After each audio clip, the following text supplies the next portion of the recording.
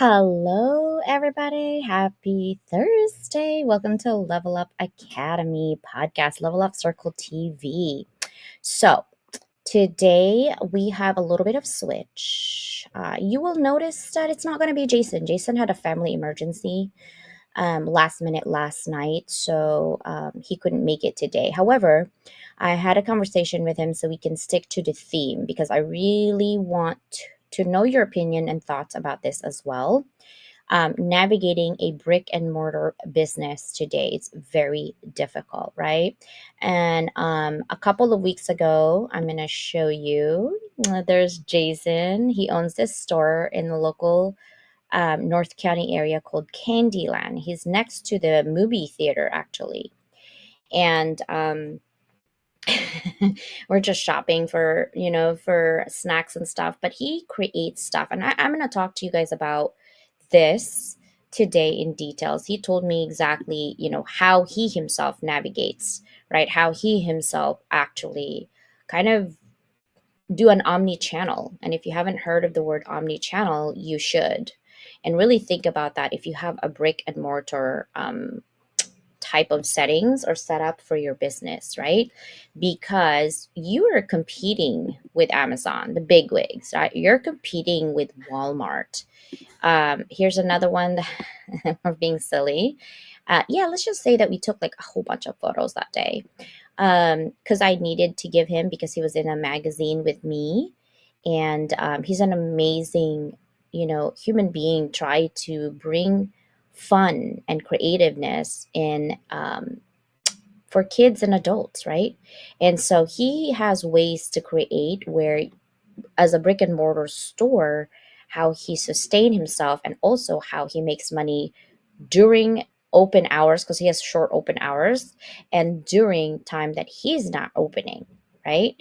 So yes, we're going to talk about him today and what he does, but it's not Jason who's here today. I'm sure you guys know who's going to be in here, right? Like, I'm sure you do. Here is another ways to help with autism. I made a journal for Rebel with a Cause. In journal, this is a journal, not the book yet. The book will be available on Kindle on September the 6th. You will get a QR code and where to find it and which country you're in you can buy. We're also going to have a physical book by September the 14th. And thank you for supporting our cause. You know that it always goes to scholarship for us for the next reiteration. Susanna will be leading that, and we will tell you what the theme is. Right now, it's a secret because we're still navigating with Rebel with a Cause, right? But it's going to be awesome. So go ahead and scan your QR code and help kids, young adults, and adults with autism. I don't have experience personally, like I could relate to this, other than our nephew does have autism. He's 24 this year, and I see that his parents' navigation on this, he's actually non-functioning, so it's more difficult. My daughter's best friend's brother also has autism, so I see the patience that you need with autism, and I think we need to be kind and compassionate. Just because you don't understand it doesn't mean that you can't be compassionate and doesn't mean you can't be kind, right? Oftentimes, when we don't know and it's unknown to us, we automatically dismiss the idea like, oh, it's not ours. It's, it could never happen to us, right? So let's not do that. Let's make sure that we can give compassion and understanding, even if you don't do it, even if you don't have anyone that you know close to you. So make sure that you show up for everybody and anyone in your community whom you can help, right? So, and then another thing that I wanted to show you is them um, magazines. This is the third iteration of Level Up Circle magazine. So this is for somebody. I'm not looking just anybody. I'm looking for the top transformational leaders out there. So think about this. If you've been a W-2 employee, you've been navigating to that waters, you've been excelling at what you do, and then at the end, you're like, I'm burnout, I'm done. I don't want to do this thing anymore, right? Whatever the reasons are, and you created your business, or you have done consulting on the side and you transform lives, then you are whom I'm looking for, right? I'm not looking for just any business owners. I'm looking for a transformational leader business owner. I want to write about you, I want to celebrate you, and I want to get to know you. What are you doing for the community? This one will end, the sale will end on August 30th with the interview, the TV interview. The magazine will be open until September 15th because I got to get this thing out on the 30th, right? But the sale with the TV and a clickable link will end on the 30th. Technically, it's like two freebies with this one. So you go ahead and scan the QR code and you will navigate through there. Okay. So let's go ahead and start. Are you guys ready? Actually, I'm going to do that later. I'm talking to myself out loud. How do you like them apples with ADHD? Hi, everybody. Happy Thursday. Yes, yes, yes. Okay, so I'm going to bring in my mystery guest. Are you guys ready? Do you guys know who my mystery guest is? Do you? Do you? Let's see. One, two, three, and boom! So much fun. My go-to mystery guest. Because we have a lot of conversations, and yeah, I'm so tired. I literally was staying till like almost midnight having a conversation with certain government stuff officials in another country late last night when I was about to go to bed, but it was really fun. Um, I'm trying to do big things, guys, slowly. I have a secret mission. It's secret, so I can't tell you what it is. So, but just know that in this secret mission, sky's the limit if it materializes, and I can help more people. Um, and I'm watching you. Whoever that I see who's saying what they're saying of who they are and their actions towards their community is showing who they are. That alignment is special for me.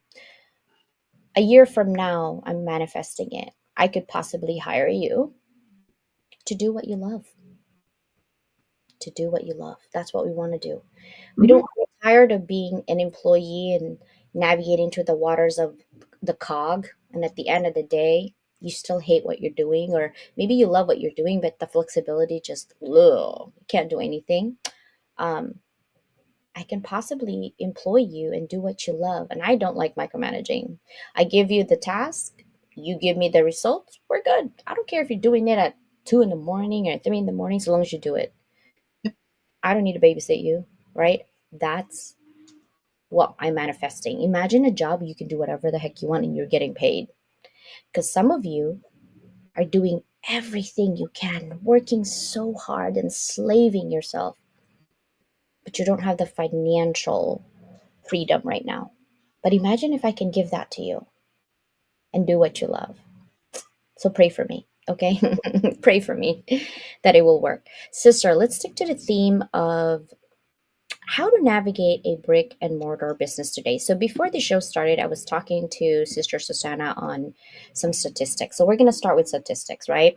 So this year, there's about 33.2 million SBA, small business, not administration, small business owner, SBO, in the US. This is just the US. Now, this businesses is made up of 99.9% of all US businesses and are responsible for creating more than 1.5 million jobs per year.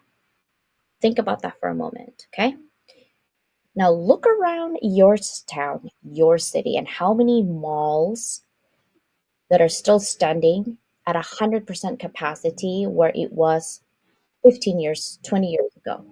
I guarantee you, your malls looks like a Walking Dead mall almost, right?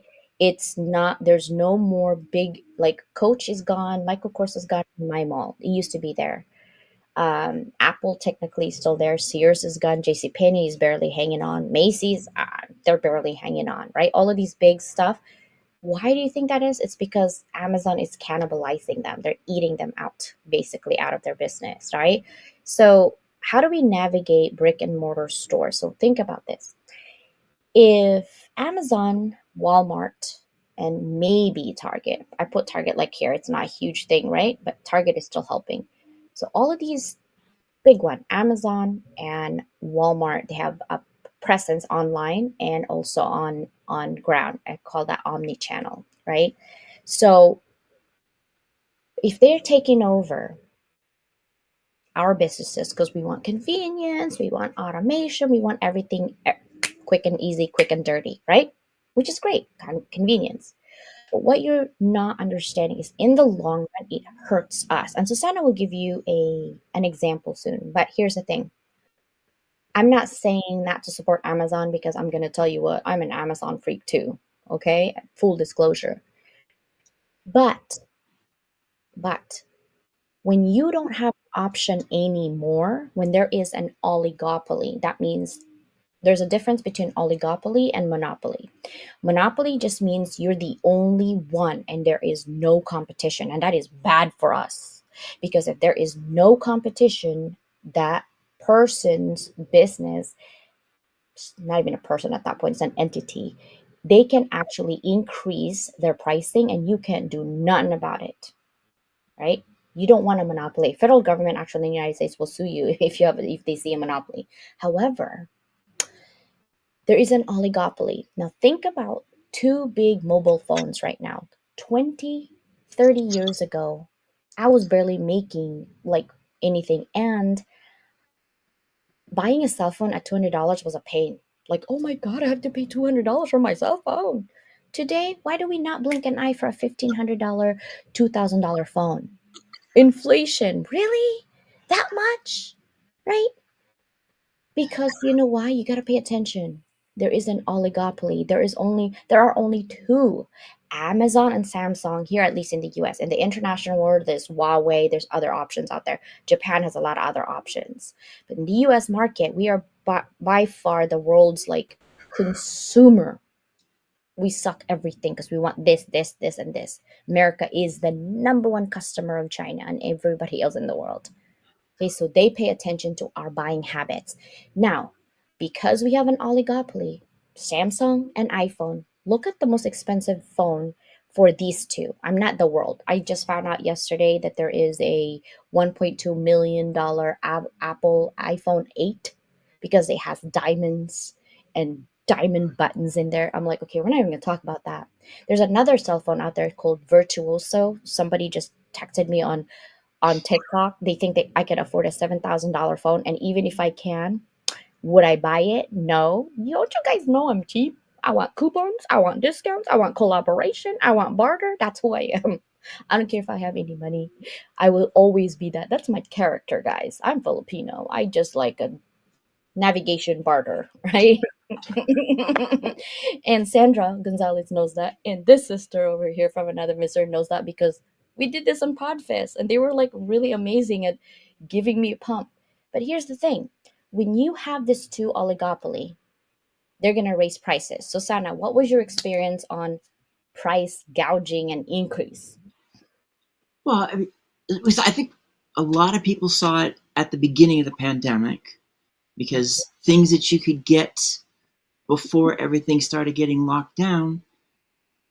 I get this feeling a lot of people just went out and bought everything they could so that once they didn't see it on Amazon anymore, they're able to go in and resell at two, three, or more times the original price.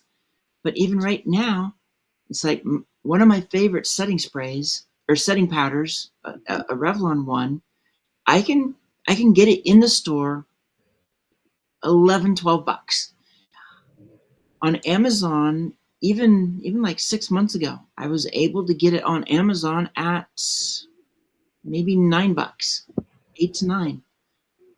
Now the only one that's available, they want $20, and you just look at it and go, okay, I may love this setting powder, but I ain't spending $20 for it. It's not worth it. It's now you wonder why people like fake stuff and alternative stuff, because it's not that they don't want the good stuff and the quality stuff, they can't afford it. Who are you kidding? Right? Who are you kidding? Like, there's just so much. You breathe wrong. You go. I hate going out too. And but like, Mom, why do you not like going out? I'm like, $100 here, $200 here, $300 here. Like, why? Why do I want to go out? Every time I go out, I'm like, oh, there's $600 going to be out of my wallet soon. Like, Yeah. having a kid going back to school shopping is, uh, Yes. especially mine. So that is the reason why I want to talk about this, and I'm glad that I talked to Jason about it, and Jason will someday be here, I promise. It's just that he had a family emergency late last night, like he felt so bad. But this is what I'm gonna tell you: how to navigate brick and mortar stores, right, in this Amazon era and e-commerce. We're automating everything, right? Susanna actually mentioned in the conversation about AI. We cannot stop AI, guys. You can dream. You can, like, oh my god, I wish it's not. We're moving forward. So stop going against a machine. Instead, use the machine to be for you. Okay, this is what I'm going to tell you. You need to bulk up your hard skills. You need to research which AI. People just talk about AI like they talk about SEO and they don't understand what that means. Don't define it and think, oh, I know what it is. It's search engine optimization. Okay, what does it do? Search engine optimization. Okay, what does it do? Search engine up. Stop. What does it do? So the same thing when you're like, it's AI, artificial intelligence. I'm like, great. What does it do? Artificial intelligence. Okay, stop. Like, you need to research and have bulk up your hard skills, right? What does artificial intelligence do? Here's the thing that Jack Ma said. There's always going to be, if you think you're smart, there's always going to be someone smarter. AI actually is smarter than all of us combined, because guess what? It does. It combines everything that you put in there. And here's the scary part: the more millions of people, by the way, are using AI, the more that we're actually asking it, the better it gets. The more it studies our behavior, our nuances. Today, they don't have feelings yet. 50 years from now, they might, right? And then they're going to extrapolate that feelings and everything else into a humanoid, which, by the way, Japan already has. Humanoid, right? AI. I would like to get a maid AI, please. Like, I would love that right now. Hey, can you help me? Like, go this one, clean up with Chi Chi's mess, right? Like, seriously, I would love that. But the first thing that I want to talk to you about and how to navigate brick and mortar, um, Jason told me that Candyland, in order to survive, because it's next to a movie theater and you would think, oh, there's going to be a lot of candies and all of these, he actually is innovating. And this is what he says, I enhance my customer service experience. So even if I get one or two people, I rely on word of mouth. Boom. Number one reason why people buy your product and services is through word of mouth. That's true. Studies after studies after studies in marketing, which I teach and learn, is that. So he said, enhance your customer service. When you have one person, you gotta make sure that they're like the king and queen for the day, to make sure they understand that you want them, right, to give you that feedback. He goes, personalize the service, have some in-store events, close down the store and like have them taste candy, have an interactive displays, right? Like right now we have the Alien movie that came out. They have an alien toy that's just for the movie theater. Well, as soon as 1 hour opens up, the whole theater just gone. I happened to do it before it opened, so I got that toy for my husband. My husband's a 2 year old, so he has that because right now it's nowhere to be found. He's like, what I do is I take those, put it in my store, and put some like candies in it, right, so that the kids can talk about it, something to talk about it interactively. What about you, sister? What are some of the things that you like when you go to Sephora or you go to Ulta? What is the first thing as a consumer that you would like to see? Well, walking into the store, it really is the experience. It's how it feels. It's what you see. I mean, you asked that question. I think back to When I first moved to Oregon, there was a candy place that I always went to at the local mall.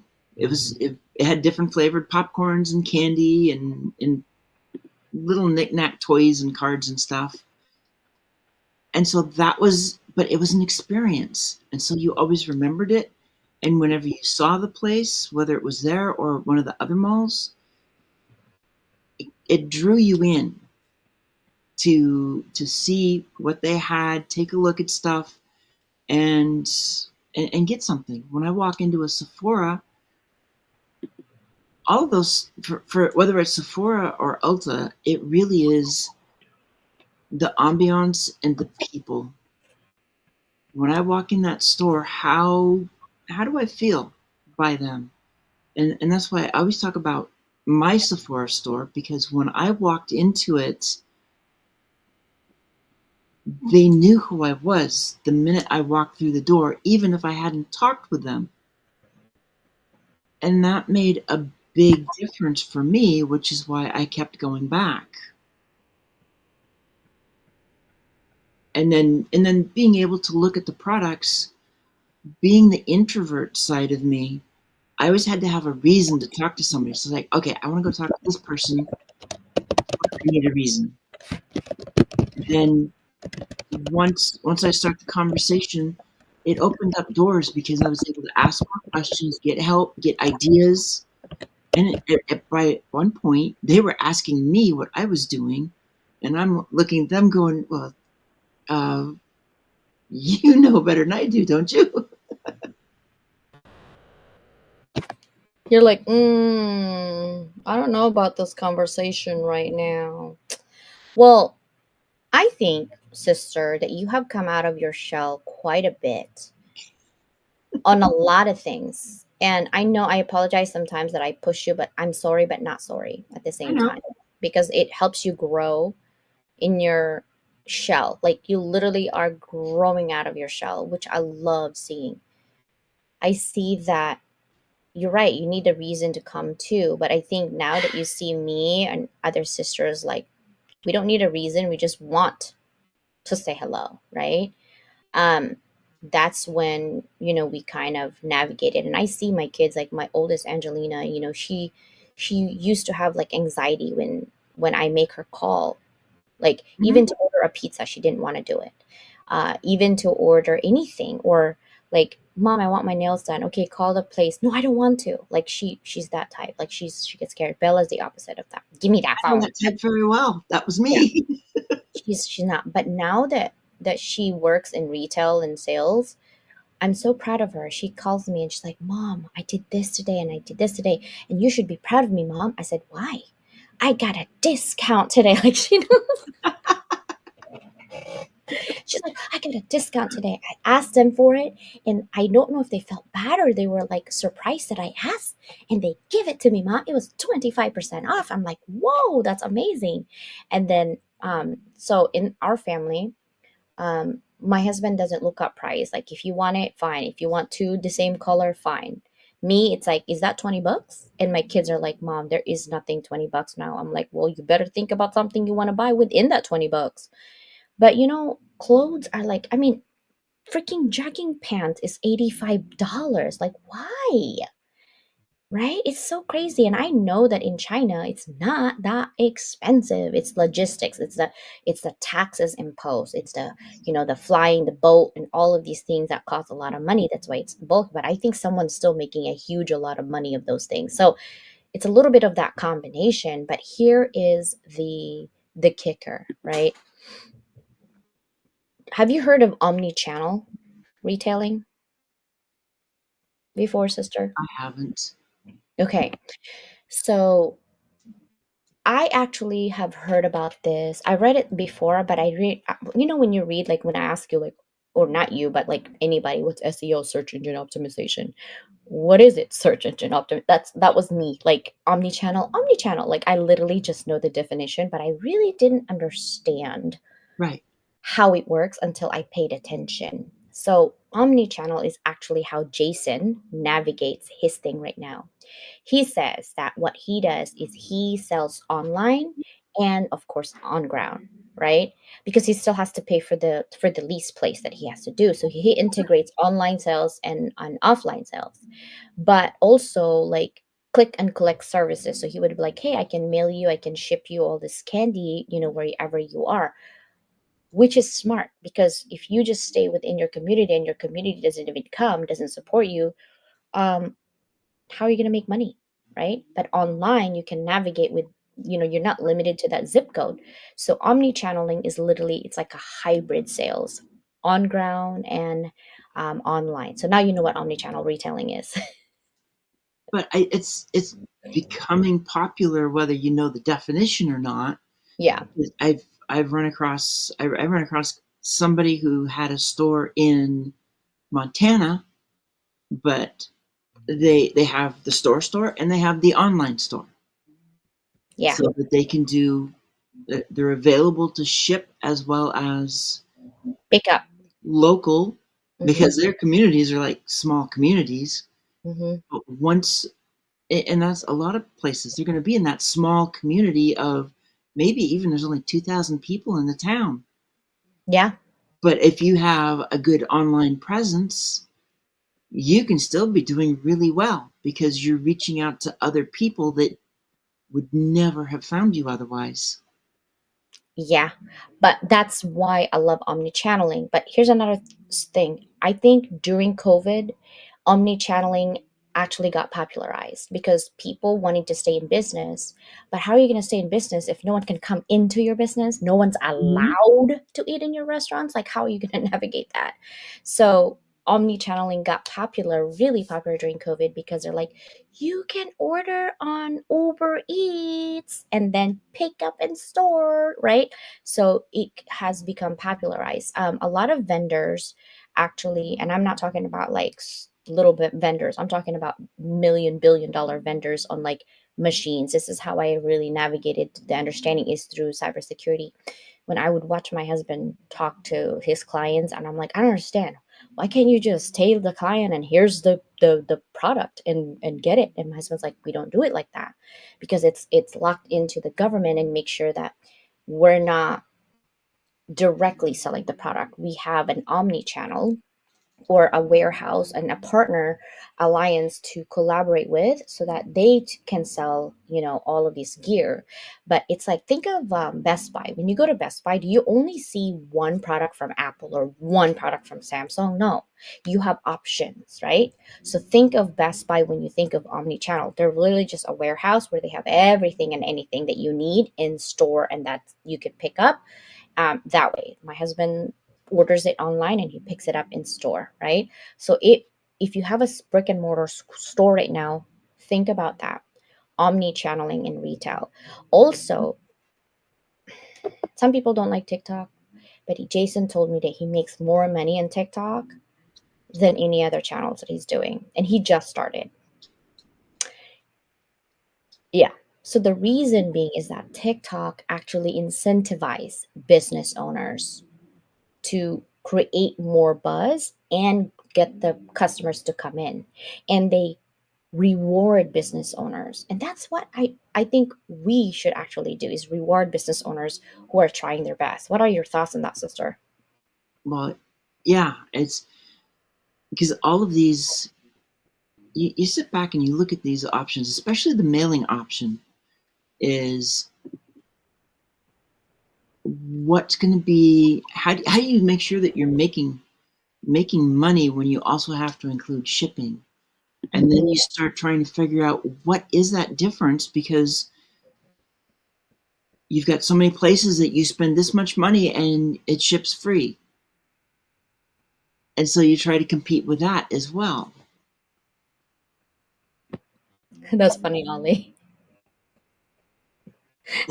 Yeah, I remember seeing that earlier. Well, Susanna is the salt and I'm the pepper. Okay, we're spicy together, that's all. and then Exactly. and then you add Danielle to that navigation. It's just really hot spicy tamales at that point. Exactly. Oh my gosh. Well, another thing that I noticed with Jason, that he does is, have you guys had the chamoy? It's like, okay, first of all, let me back up. Where we're at, we are predominantly Hispanic community. We have a lot of Hispanic family in our area. So what you got to do is look at your area and look at what the locals like to eat. Okay. Once you figure that out, go to TikTok. Look up TikTok. It's like a database of information, literally. Some are dramatic though. So I actually he looked at TikTok. I said, okay, what is popular with the kids today? Then he asked, we have a local farmers market. He also asked people like, hey, what do you guys buy in school on candies? Have you tasted a pickled chamoy candy, sister? Not me. Your face. Oh my god, your face is everything right now. I would you would you eat one? I really couldn't tell you. I mean, I didn't. Okay, Bella is the one like, "Mom, I really want to eat this." And I was like, "Bella, are you going to be okay?" And she says, "Yeah, I'll be fine." And then she said, "I actually was scared when I opened it at school, so I shared with my friends and they all love it, so I tasted it." And apparently kids are crazy about these things. I tasted it. So chamoy, if you guys don't understand, it's like tamarind. It's very okay, think of lemons and lime married together and squeeze it in your mouth plus spice. Lemon and lime squeeze in your mouth and spice, like level 3 spice. What are your thoughts on that, sister? Okay, I'm not quite the spice eater. And by the way, Danielle reached out and said she's brown sugar. Um, Brown sugar. Okay, I'm gonna show you. This is if you guys are not subscribed, please subscribe to Esco Candyland. This is Jason. He only has 123 followers, and I'm trying to help him, get there. And this is his TikTok right here. But this is his shop, right? And oh my god, I love this cutie. So this is one of his thing. It's called chili sour bites. I know it's dried freeze, right? And he also does freeze dried candy. Farmers market. Remember, I told you guys that he does that.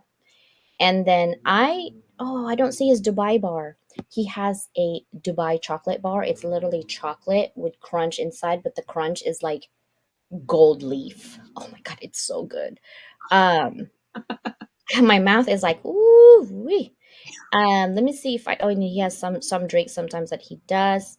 I'm trying to get the pickle. Oh, there it is. This is one with cherry. This one, look at that, with cream. Wait, with chamoy sour juice. Whew. so we're talking an actual pickle. Oh, a natural pickle with I would cherry. probably have to pass on the pickle there. I don't like pickles either, but this one was like, it's so good. This one Hmm. he does a lot. So he basically goes to TikTok and kind of see what are some of the popular things that they have in there. And so put it this way, when he got this pickled candy, right? Uh it went like the sales went like 100%. Like all the kids wanting Wow. to buy it at his store and they were gone. He's like, "Oh, I have to make some more." And the reason for that's because he basically does things that are from TikTok, right? Like he Uh-huh. does all of these things and navigate through them. And I love that he's thinking outside the box by Hmm. focusing and leveraging social media and his locals, right? So he goes locally to farmers market, engage in social media, put it on TikTok, and then TikTok literally is giving him, money and budget to attract more people. And then he engages through locals, and then he also focused on community building. So he support like local causes. And he's like, hey, if you have a next party, I can be your candy bar, right? Candy bar. And then he collaborates with lots of local businesses to kind of like, if you need candy, so if you have like a little mini retail store that you and Danielle came in, he would put his candy there sometimes, right? Outside. Then he also adapt his smart move literally for brick and mortar is adapting to his local customers wants and needs and preferences. We Right. might not like pickles, but man, the kids over here in chamoy, it's like pickled heaven for them. So that's what he does, right? We might not like it, but the customer loves it. And so Right. what he does is he adapts to the change. And right now, like if you look at Dubai chocolate bar, you'll see it is super popular on TikTok. Well, he creates it. He doesn't buy it. He creates it in his store, his version of chocolate Dubai bar. And Bella and I came in there and we were the taste tester. And he's like, "Would you guys like taste?" I'm like, "What do you mean, would you like? You have to ask the sister from another Mr. Chocolate to taste me up, like, and that's what it was. And then he also streamlined his operations. So one day he does his inventory, like this is how much I need, because some of these things expire, right? So if you make so much and it expires, then guess what? You just lost money because you got to throw that thing in the trash. So he has to streamline his operations and inventory to make sure that he has enough stock, but he doesn't have like too much of it. He'd rather have no more stock than too much of it Oh because he yeah. has a slimmer budget, right? And convenience. Like if you were to give him a an advice, sister, what would it be for a brick and mortar? I mean, he's what I'm hearing is he's doing so much of the things that make sense and quite. It's like how do you give advice to somebody who's already innovating? I think it's really keep keep playing with the ideas, and just because you see something on TikTok or someplace else, just keep thinking that better way to do it, because I get the feeling he's already doing that. He's already seeing stuff. He's making his own candy bar, so he's got that. Um, just think of ways, or even think of ways to maybe have a special package of the 5 or 6 candies that are the most popular, and have like a grab bag little box kind of deal that it's a little bit better price because you get them together, and it's going to be more than just getting the simple each of them, but it gives something different. It gives them something they like, but it's something different. Um, I like that. He does. He's trying to innovate as much as he can, but just because he's innovating doesn't mean he cannot always, like for us, just because we know it doesn't mean we can't know it in a different way. And I love knowing a different way. Yep. Because we're not for everybody, right? Like even our learning styles is our learning styles, but that doesn't mean we can't learn other ways, right? So that's why the scarcity mindset's got to go, guys. Like when you're like, oh, I'm the best, I'm doing this because I'm the best of doing it. No, um, you're the best at the moment, and you should learn other ways of doing it, right? I think when you have a continuous, literally, I'm begging you, have a continuous learning mindset that you can never learn enough. It gets you in places and doors that opens up for you when you have that type of attitude. When you have an attitude that you think you're the best of everybody and you're above everybody, that's when people will feel your energy and that door slams in your face, because no one wants a person who's a know-it-all or have too much ego or have insecurities that their ego is puffing their chest up. We don't want those people, right? Because if you have continuous learning and you're humble about it, people more likely are going to gravitate. And besides, you're not smarter than anybody and everybody. At the moment you think you're smarter than people because you know something, that doesn't mean that people can't know about what you're knowing, right? So just stay humble and stay open to collaboration for sure. Um, what I wanted to show you, let's see if I can show you, is I can't do the music because YouTube will definitely kick my. Oh, we're at 1,022. Thanks. I didn't even look at that. Thank you, sister, for not telling me. But this is great because this is a great conversation that we're having.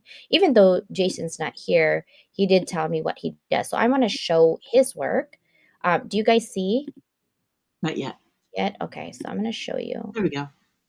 So I can't do the music because I don't want to have copyright issues. But these are dried freeze candies, and he puts different flavors. That one has a chamoy flavor. It's tamarind powder, basically. It's like sour and spicy at the same time. Um, but look at that. Don't you like? Oh, my mouth is watering right now just looking at it. But that's what he does. He innovates things, and no one is doing it the way he does it, Right. right? Let's see if I can. I gotta I can't share with the music because I get in trouble. But look, this is during the bunny season, right? Like he gets a jar and he pops the puffer bunny and he puts it in. And the green grass is actually for sushi. I Ah, hope it's for the when you buy sushi, there's a sushi wrap like at the bottom, the green stuff. That's from sushi. But he does this, right? Like this is why people have to learn like you can innovate if you want to, right? And so like if you see this one, look at he's making like all of these things came from this and he's puffing it up, right? And this one like new spicy things. He innovates by like putting in a bag of candy that he just creates. Like these are just regular candy, right? Watch. These are regular Rolly Ranchers. Do you like Rolly Ranchers, sister? I like the apple one. yeah. Yeah. So all of these are Rolly Ranchers and they have Tajin. You can get this by the way from any store. He just puts it in on top while it was dried freeze. So now it's Chamoy Jolly Bites. I mean, right? Like that's the things that he does. This one, trying out sour gushers, like anything sour, people over here loves that. Again, because we're predominantly Hispanic community. Hispanic community likes chamoy. They like that sour thing, right? And other people actually likes it and enjoys it. These are just jelly bellies, like Jolie, right? But he adds spice to it, and then boom, it's a different thing. So what I Exactly. really what I really want to let you guys know is that we're back to like, are you borrowing? Are you copying? Right? Because he's showing you technically how to do it. So technically you can copy his way, right? But you But are still you, don't get the details. yeah, are you doing it the same or are you doing it differently? So he's trying to tell you that I encourage you to innovate, right? I encourage you to go out there and have fun. Right. He's not encouraging people to copy exactly step by step of what he does. And I definitely like if I do something like that with him, I'd be like, yeah, I got it from Esco Candyland. Like he does these things. Like so I watch people's YouTube, I watch people's like TikTok and what's new, but there's so many things that you can do. So let's go back to business, right? Like if you are an author and you like we do anthology on a box. Right. um, what are some of the things that you would want to give to somebody who wants to do an anthology? What would be your first um, advice other than be in our book club? I- so to have gotta have an idea as to what you want the theme of it is. You can't just throw an anthology together and say, I'm gonna have this and come join. You gotta have a theme. You gotta know what you want this book to say to other people, to the readers, and to those who are seeing it promoted everywheres, to understand what's that purpose, what's that focus.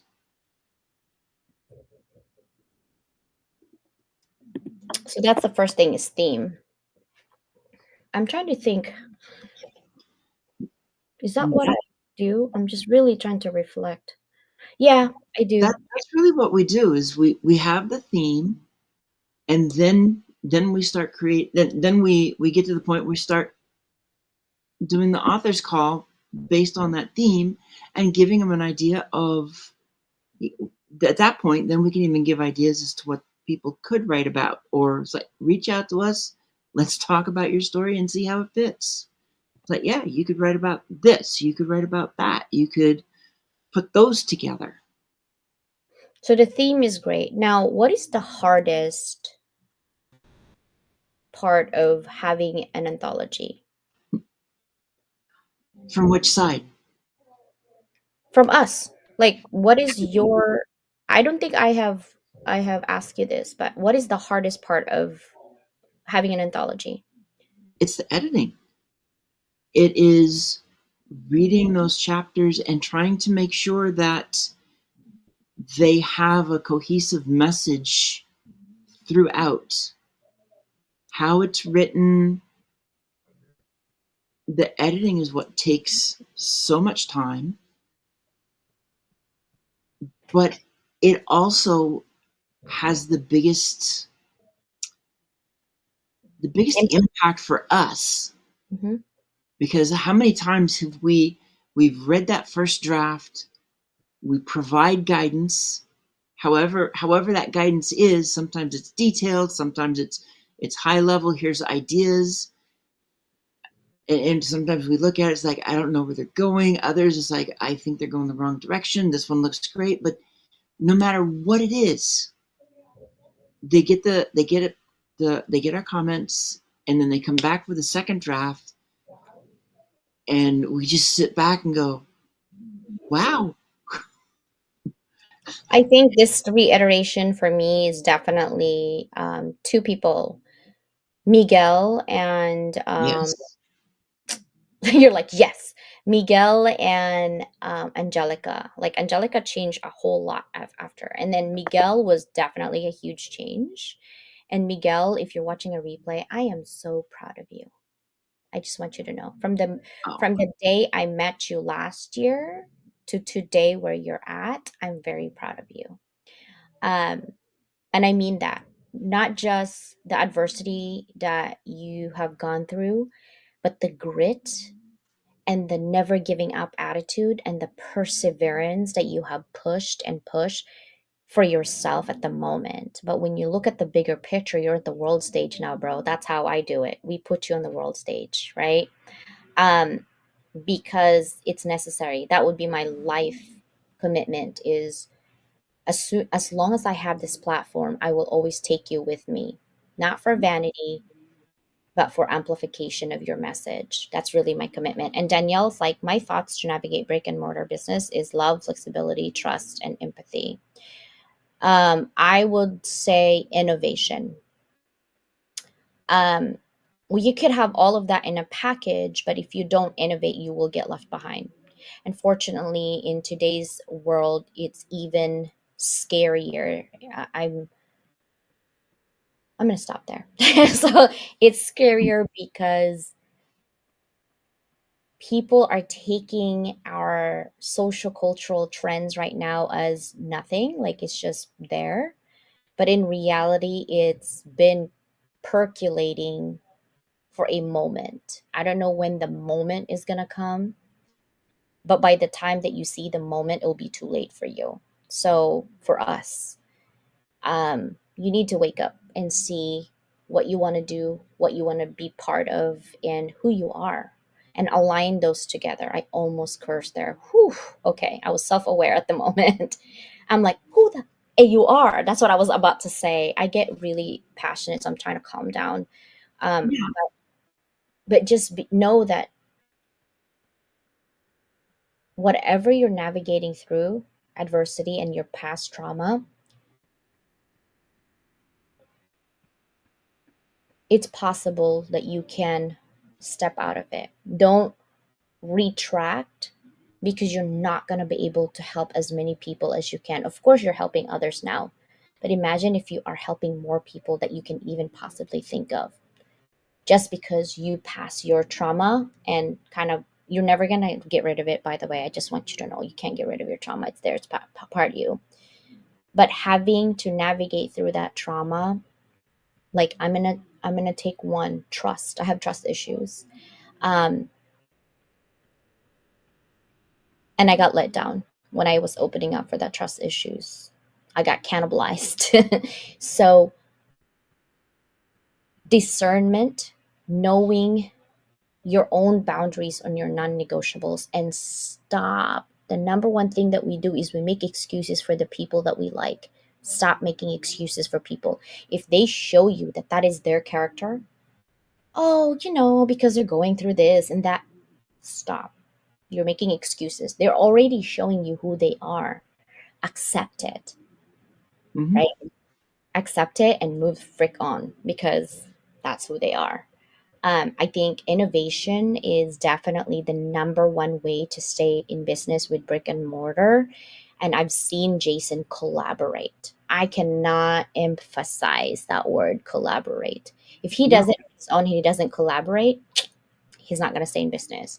But he's going to collaborate. He's going to collaborate. He's already doing some of these collaborations. So I encourage everybody to collaborate. Put your ego somewhere else, because it's not about you, it's about the project. And everyone wants to be seen, but you got to provide value so you can be heard. What do you think, sister? I can't say anything other than that. And that's it. The collaboration is what really jumps at me, because that's oftentimes collaboration is what creates more innovation. When you're able to work with somebody else and you come up with ideas, you're not having to do it by yourself. Yet at the same time, as you're creating ideas together, then your creative juices start flowing, and in your mind you're like, wait, I could do this and I could do this. And they might be solo projects, they might be collaborations with somebody else, they might be who you're working with, but it's more ideas, it's more innovations. It's just like $7,000 phone. Bye. Right? I tell ya. Yeah. I tell ya. Um, Sister, try to look for, let's see if I can show you actually in here. Now I feel like a friggin' sales lady. I'm always selling. Sometimes it's books, sometimes it's products, sometimes it's services. Who knows? Let me see if I can share. Hold on. Because you all need to be paying attention to what is out there. This is my teacher side, and sometimes people think that I'm condescending because I teach you how to do things and I don't ask you what you know. Just keep in mind that that's me, a way of giving, right? Like you have to look at it from that perspective, not that I'm trying to be condescending, that I think I know more than you. I don't. Well, sometimes I do. I don't know everything, but I know quite a bit. I read Yeah. like nobody's business. I read fast, believe me. Um, so this is the $7,000 phone. It's called Virtue. Look it up. And yeah, all for men. This is the one. I love this gold one. I know it looks kind of weird, like what? 2014, 2018. Look at that. That's my favorite one. Did you see that one? That's my favorite one. So this is the high executive people that have like really cool phones that I really Right. afford. Yeah, those people. Anyhow, so let's say I want to buy this phone because I really like gold. Oh, this one's 85,000. Excuse me, Michelle. This one's $85,000. I could give you a discount, maybe. Like, yeah. Signature V Tanka Buddha, pure what? Pure gold, probably for 85, $97,000. Really? Oh wow, it's out of stock. It's only $96,000. Why not? Are you okay? 58,000 is quite a bit. Oh, 23, $22,000. Would you like $22,000 phone? They're all out of stock right now, but let's buy the $97,000. Why not? Do you want to pay Klarna, Visa, American Express, Discover? Let's go. Yeah, yeah, yeah, yeah, That's how they basically ruby buttoned. So the buttons in here is pure ruby. That's what they're basically telling you, and sapphire, right? Assistant services, the London Symphony Orchestra. So basically, they're telling you that the orchestra people are using Virtue.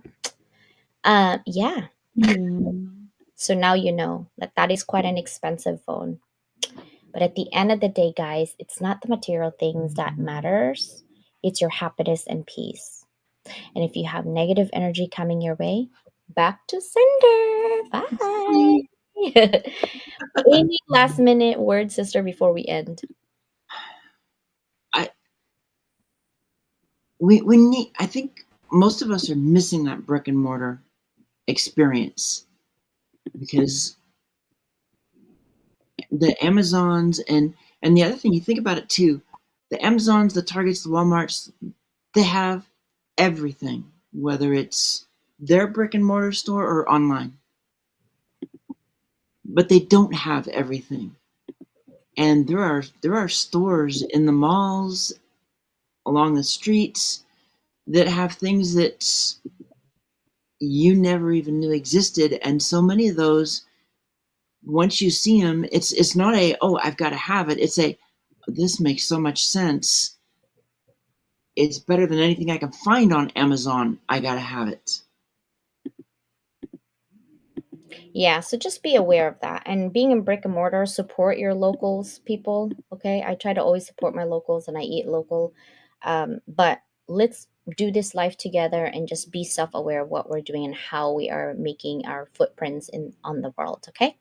Love Yep. you guys. See you Sunday. Sunday. Sunday. Tomorrow. There is a premiere for Group Oh, 4 at yep. 12 PST. And then Sunday, we will have our um, dynamic village audio room and music. Oh, and for the book club, we have our Zoom at 9 a.m. on Saturday. So Susanna and I literally are busy. Okay. We show up.